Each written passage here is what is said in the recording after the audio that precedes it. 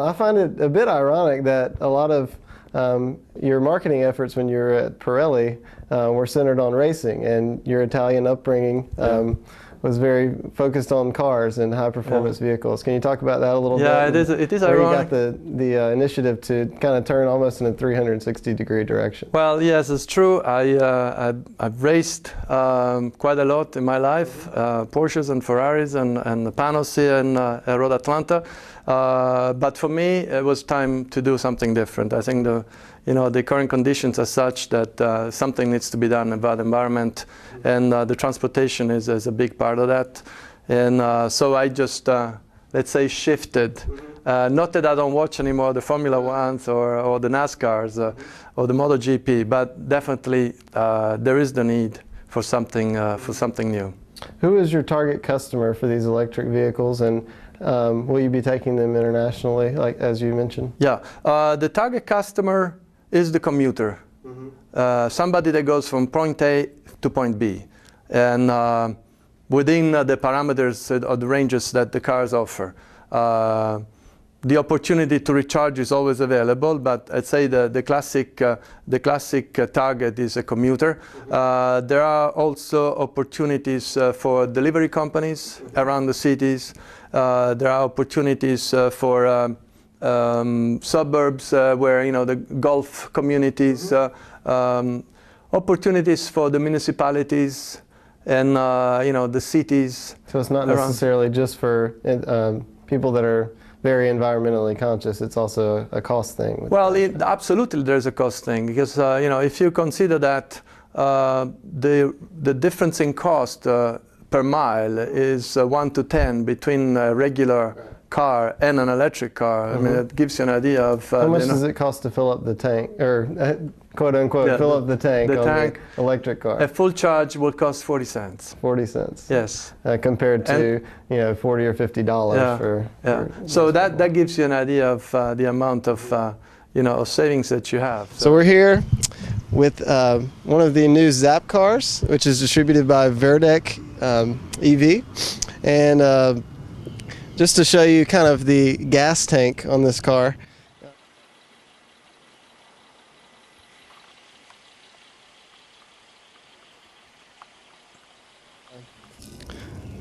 It's got the traditional design, but definitely not a traditional form of fuel. This car can go 25 miles on one full charge, but if you have, like Mr. Mannino was saying, if you have the capability to charge at the place where you're going, you can kind of double the capacity. This model here, if you look at it in a broader perspective, costs $13,500, and as the technology develops, there's going to be models ranging, I'm sure, in much higher in price, but also much higher in efficiency. And again, it's a specific application because you cannot go with those cars on the highways. But if you are in a city or within the perimeter of in Atlanta, where you don't need to go on the highways, that's a perfect fit. It's a perfect vehicle. You think it will fit with Atlanta? Yeah. Even though it seems that Atlanta is built around interstates to an extent, so like you said, inside the perimeter. Yeah, inside the perimeter is perfect. Or I'm thinking about the people that take MARTA to go to the city, Alpharetta or the other areas along 400. From your house to the parking lot at the train station. That's a perfect mean of transportation. You don't need to worry too much, because also it's a pretty economical car to have, so it's not expensive at all.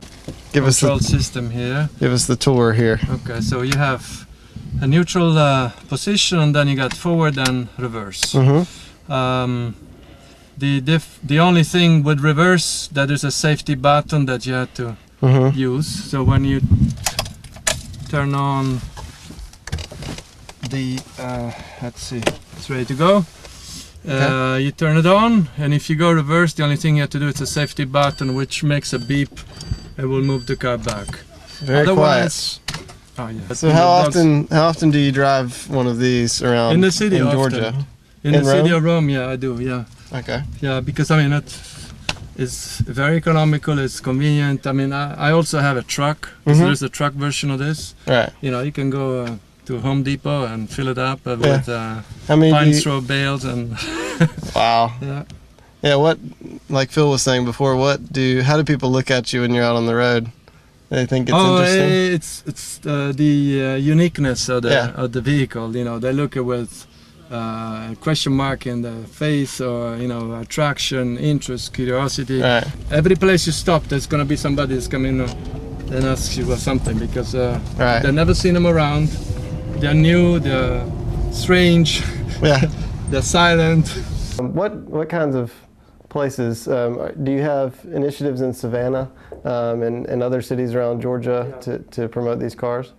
Cities like Savannah's, but there are many others in Georgia, where pretty much you have everything within the city limits, and you don't need to go on the highways.